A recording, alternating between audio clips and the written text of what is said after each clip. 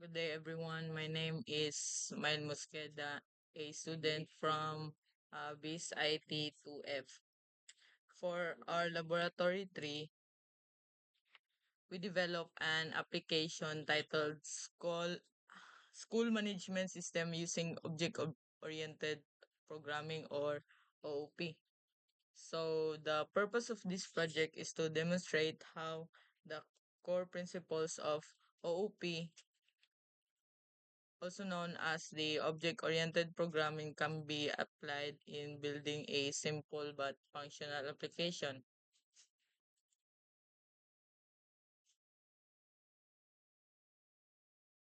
So, in this system, we implemented three important OOP principles, which are the encapsulation, inheritance, and polymorphism. Aside from implementing these concepts, we also tested and debugged the program to ensure that it works correctly and follows proper OP design principles. So today I will be explaining the overview of our application, the OOP design and class structure, demonstration of the working program, how OOP concepts were implemented in the code, the testing and debugging process, and finally, a reflection and conclusion. So, so this project is a school management system designed to simulate basic school administrative operations.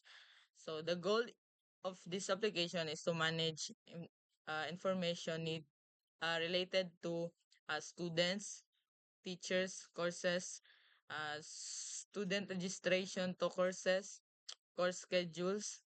The system allows to perform the following functions: manage student records, manage teacher records, manage courses, register students to specific courses, and display course schedules.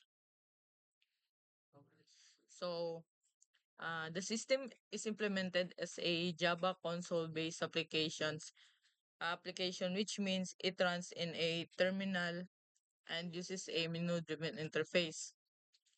So this allows users to interact with program through different options such as adding students, viewing records, and registering students to courses. Although the system is simple, it clearly demonstrates the integration of the object-oriented programming concepts in designing uh, real-world applications. So in this system, we created several classes, including person, which is our parent class, the uh, student, the teacher, and the course. So our main class is this school management system. So first is I'll be explaining the inheritance. So one one of the key principles used in our system is inheritance.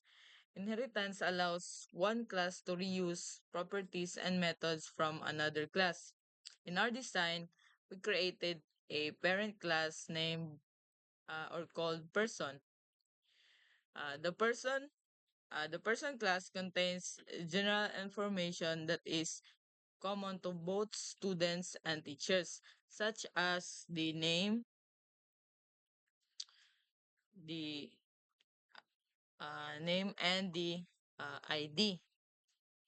So instead of repeating the same attributes in multiple classes, we created a uh, child class that inherited from the person, which are the uh, student and the teacher class. So naka-inherits ang student o teacher class from our parent class nga person. So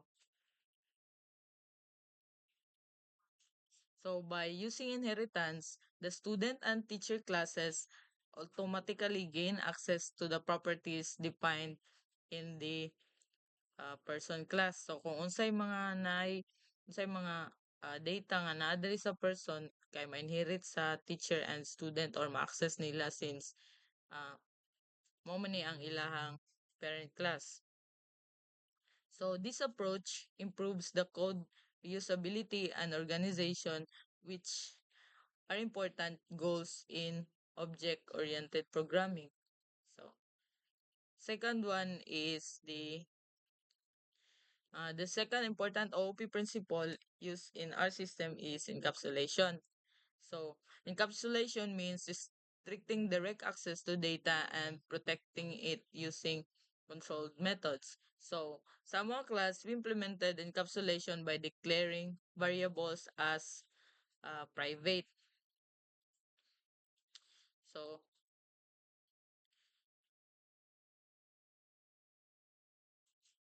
So, example lang sa course na mo, ang among course na mo, among schedule, kaya among private.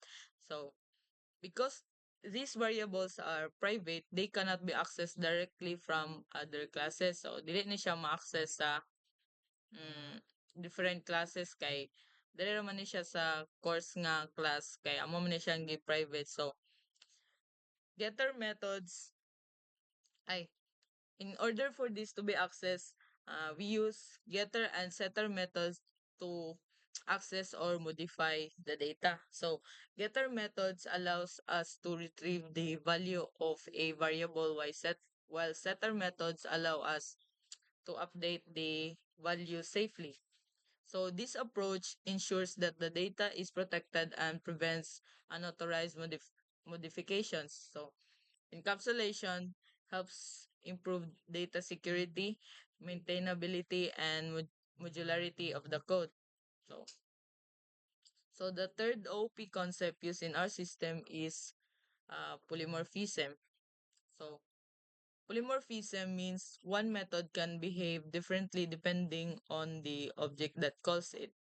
So, in our system, polymorphism is implemented using method overriding. So, there is a student na class. So, overriding occurs when a child class provides its own implementation of a method that already exists in the parent class. So, kung gusto sa child class mag-implement og iyahang nga method or iyahang mga mag-set siya gyang variable, mag-override lang siya sa iyang parent class para makabuhat siya og iyahang uh, method. So, for example, sa person ang person may contain uh, this display role or this display role. So uh, in order for the student and teacher class to override this method to display information, dapat i-override nila ang kaninga method from the parent class. So this means the same method name can produce different outputs depending on the object type.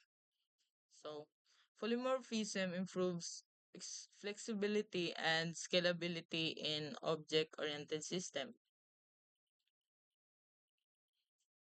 So, the next step is the testing sa code and debugging kung mag-work ba siya and demonstrating kung saan uh, pag-manage sa students, sa pag-enroll, saan pag-set sa schedules. So, akong partner mag-explain.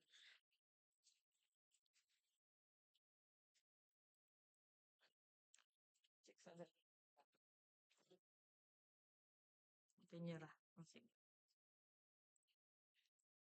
I'm James Bray Lorraine. Now, and for now, I will be demonstrating how the system works. First, first is mag-add tag student. Run.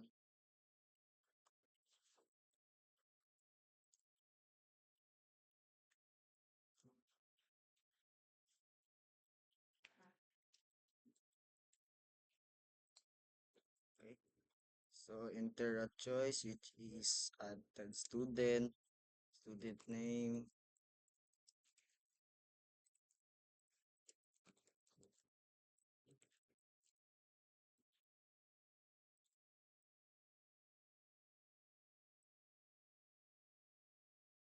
course sa IT. So na-add na siya which is ato siyang tanawon which kung na-display ba siya. So na-display siya which is role is student, student ID to James Brian course based IT. So next kay mag-add tag teacher nga na-assign sa subject to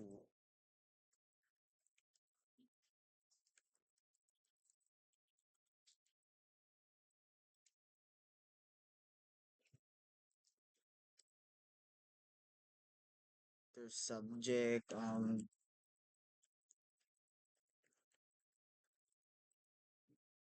So teacher added successfully. So next is mag-add tag course. The course name.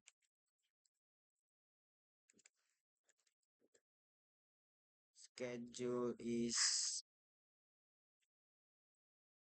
7. Course added successfully which is ato siyang ipang display or kuan kung na ba siya mga na ba siya mga runtime errors. So try na to.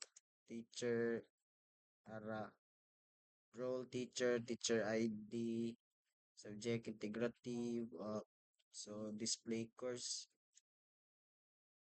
choice based ID. So finally na display naman nato mga student, teacher and courses stored sa system. And for the debugging and testing, during the development of this system, I tested the program by running different inputs to ensure that students or teachers and courses were stored correctly. I also check for possible runtime errors such as invalid input or empty list and handle them properly in the program. So through this activity, I learned how OP principles help structure application in a more organized and reasonable way. One challenge I encountered was organizing the class structure and implementing inheritance properly.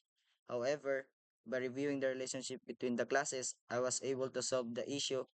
In the future, this system can be improved by adding a graphical user interface or GUI and database integration. So, which is kanya mong gibuhat karon is kanang basic Java lang siya. Murag pagka siya into wala pa siya user interface.